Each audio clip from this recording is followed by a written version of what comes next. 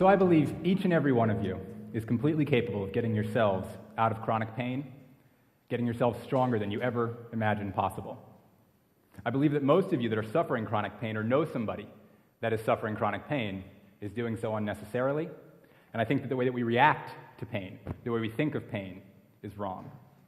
We have warning signs that our body tries to tell us. These warning signs come in the form of the very chronic, common pains that we have: back pain, hip pain, knee pain, plantar fasciitis, carpal tunnel syndrome, shin splints, the things we get on a daily basis that we really have no idea how to treat. And it's because they can't be treated. They have to be changed.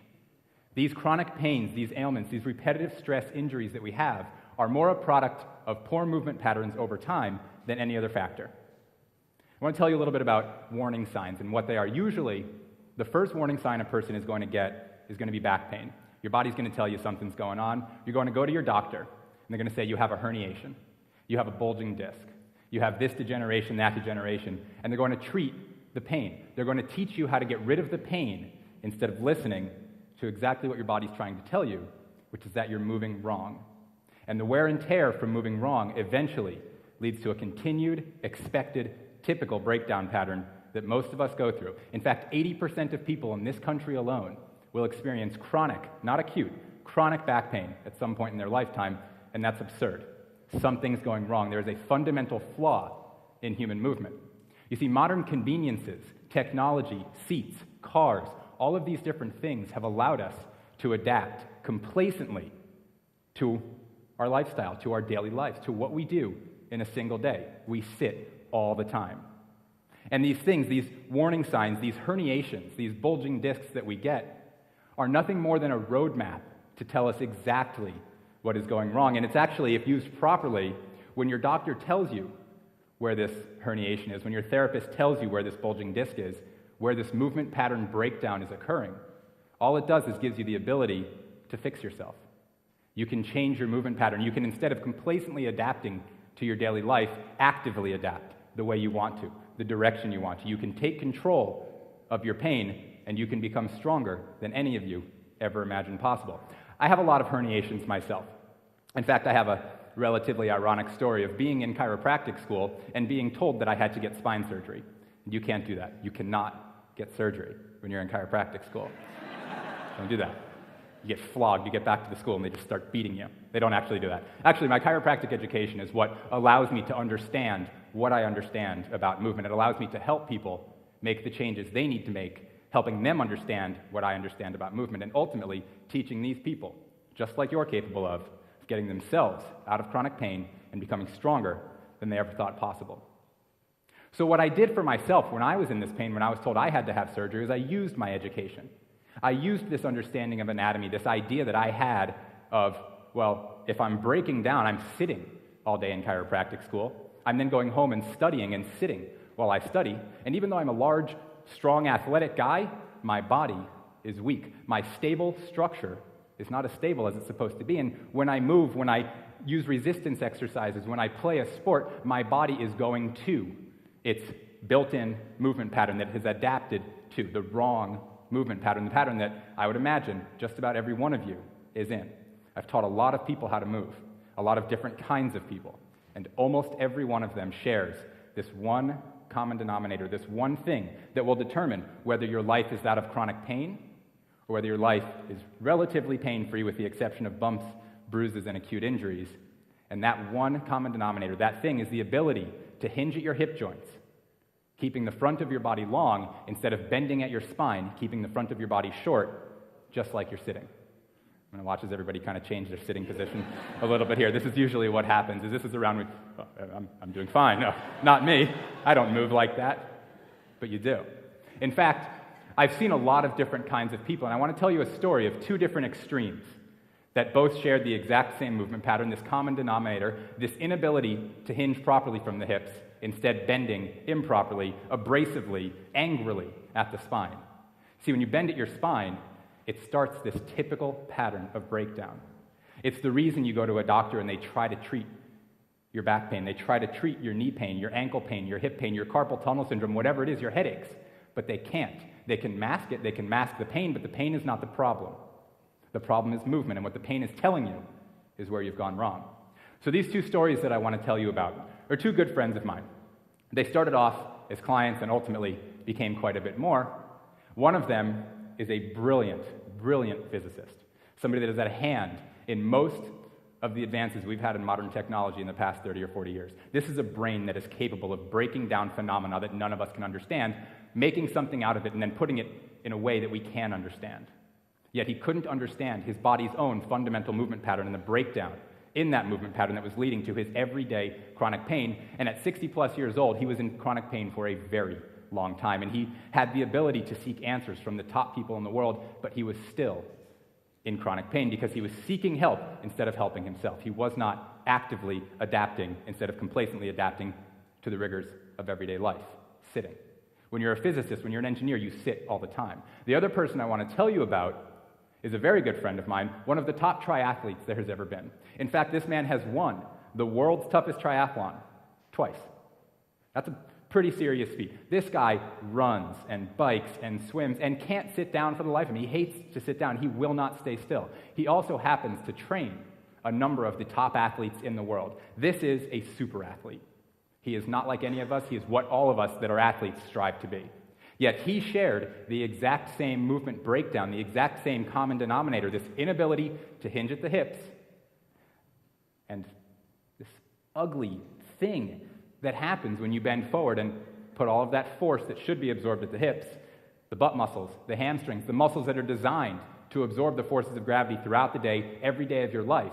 Instead of using those, you bend at the spine, they bent at their spine, and suddenly they had the exact same problem as each other, even though they had completely different lifestyles. And these extremes are what we see sharing, and that means that every one of you, most of you, know somebody or are currently yourselves experiencing this exact same breakdown pattern, this inability to hinge at the hips, instead bending at the spine, and again, putting into play this very typical, expected series of events, starting with back pain, leading to an eventual overall deterioration of the physical body.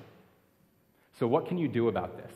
What happens when you're in back pain like this? What can you do? How do you learn? Do you go do yoga? Do you do these things? You learn. You have to understand anatomy a little bit. And sometimes when somebody's teaching you about your own body, that doesn't always make all that much sense. It's kind of like, it's almost like you're learning a second language, like something just doesn't click. You know, you didn't go to medical school, you didn't go to chiropractic school, you're not a physical therapist, you're not a personal trainer, you're just somebody that wants to get out of pain.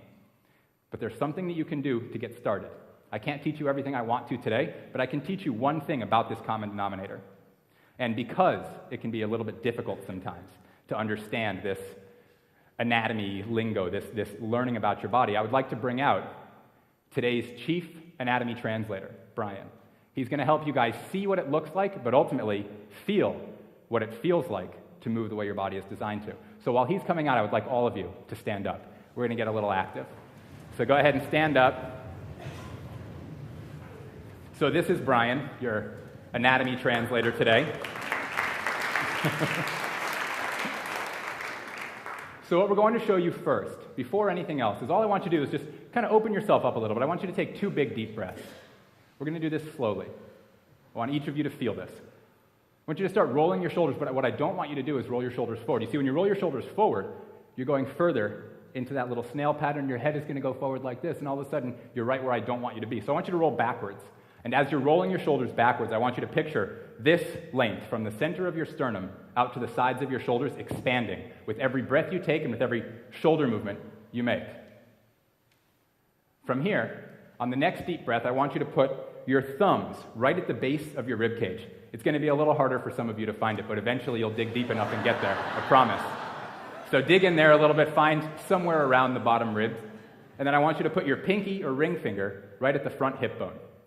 And all you're doing here is measuring the amount of length you have in the front of your body. Because if you don't have enough length at the front of your body, if you don't stand tall, if you don't expand the front of your body, you cannot be strong at the back of your body. And if you can't be strong at the back of your body, you can't be strong. So 3 more deep breaths. And I want you to keep your thumbs right there. Bottom of the rib cage, front of the hip. And as you inhale, you're going to lift. Your rib cage is going to lift up. You're going to feel that distance between the thumb and fingers expand. And I want you to take 2 more deep breaths. Every time you inhale, you lift, and every time you exhale, you keep the height that you've just gained. This is exaggerated, but good. It's exaggerated for a reason. He's doing it right. See, what we're seeing as you do this is that the back of your body is lengthening, one of the biggest problems that we have. It's using the muscles as they're designed to use. It's keeping the spinal curves not hyperextended, not hyperflexed, but exactly where they're supposed to be, which is long. And it's lengthening the front of your body enough to allow the spine to do what it's supposed to do. So stay up here. I have you up here for a little while for a reason. Stay in this position. Start to feel what's happening. Your head should kind of pull back over your shoulders a little bit better. Your shoulders should continue expanding as you continue taking deep breaths. And the most important part here is I want you to learn what it feels like to hinge a little bit. So keeping that length in front of your body, in fact, even exaggerating a little bit more the length in the front of your body, I want you to slowly pull your hips straight back behind you. Just kind of stick your butt out, weight your heels a little bit. Yeah, it looks funny, I know, but I don't care what it looks like because it feels good. So keep doing it. So the front of your body is staying long, your weight's going back to your heels, you're sticking your butt out, and what you're going to start feeling is a little bit of fatigue at the lower spine. So don't go from here to here. Go from here to here. Pull your butt back. If I'm on stage sticking my butt out, you guys can do it just as comfortable. From here, I want you to take 3 more deep breaths. And I want you to start feeling those lower back muscles begin fatiguing a little bit. What you're looking for is tension right along the lower spine. And if you're doing this really well, not only will your lower spine be tight, but the butt muscles, hamstrings, and even the calves are going to start turning on a little bit. Go ahead and stand up, shake it off a little bit, but we're going to do this one more time. I want you to learn this. I want you to feel this. And the second time you do it is going to be better than the first. So now that we have those cues, we know that we want to hit the lower back muscles. We want to hit these muscles called the posterior chain, some of the most important muscles in your body. In fact, the muscles that are designed not only to absorb force, but also to be the strongest chain of muscles in your body. It's not a butt muscle. It's not a hamstring or a lower back muscle. It's a group of muscles that is designed to work together to literally move you through life. So let's do that one more time. First, roll the shoulders out a little bit. Couple deep breaths. Again, from here to here is expanding. Your chin is pulling back a little bit, and you're going to start feeling like there's a little bit less force throughout your body. Once your chest is expanded, take a couple deep breaths, and again, we're going to go right into the thumb at the base of the rib cage, the pinky or ring finger right at that front hip bone. 3 deep breaths all the way in as you expand the rib cage and lift your torso a little bit. As you breathe out, you're going to slowly keep that height. Breathe back in, expand. Again, tight lower back, tight butt muscles, tight hamstrings. Start slowly leaning your butt back, keeping the back tight. Most importantly, keeping this length. Without this length, you cannot move properly. Sit your butt back a little further. Try to push another couple inches than you did last time. What I want you to do is actually take your hands off of the front of your body. Keep the length and just put your arms straight back behind you. And as the arms go back behind you again, open up. Turn your hands out to the sides, the thumbs come out, and you're going to feel an increased extension, increased tension at the lower spine. The upper back is going to start kicking in, and you're going to just start feeling wide. You guys got about 10 more seconds or so in this position. I can see the joy in all of your faces. You're welcome, every one of you.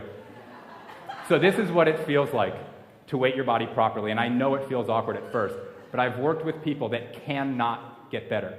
I do it on a daily basis, and I see people that cannot get better very fast.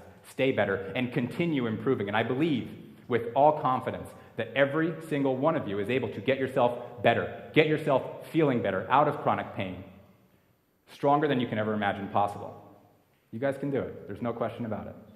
Thanks a lot for participating. Thanks, guys. Thank you. Good work. Good work.